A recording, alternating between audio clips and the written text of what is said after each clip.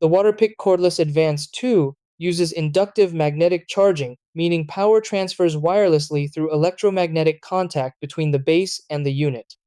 Inside, it runs on a 3.7-volt lithium-ion battery designed to deliver consistent pressure for daily flossing. To charge it properly, first make sure the charging contacts on both the base and the device are clean and completely dry. Then place the flosser onto the charging base, ensuring it aligns securely. The LED indicator will glow red or orange while charging and switch to green when fully charged. A full charge typically takes 4 to 6 hours and provides roughly 45 to 60 seconds of continuous use per session. Newer versions may feature USB-C charging for added convenience. To protect battery health, remove the device from the charger once it reaches full charge instead of leaving it docked continuously. Once a month, allow the battery to discharge fully before recharging to maintain calibration accuracy.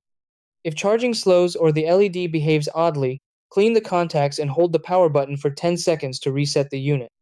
Consistent cleaning and proper charging habits will significantly extend battery life and maintain strong performance.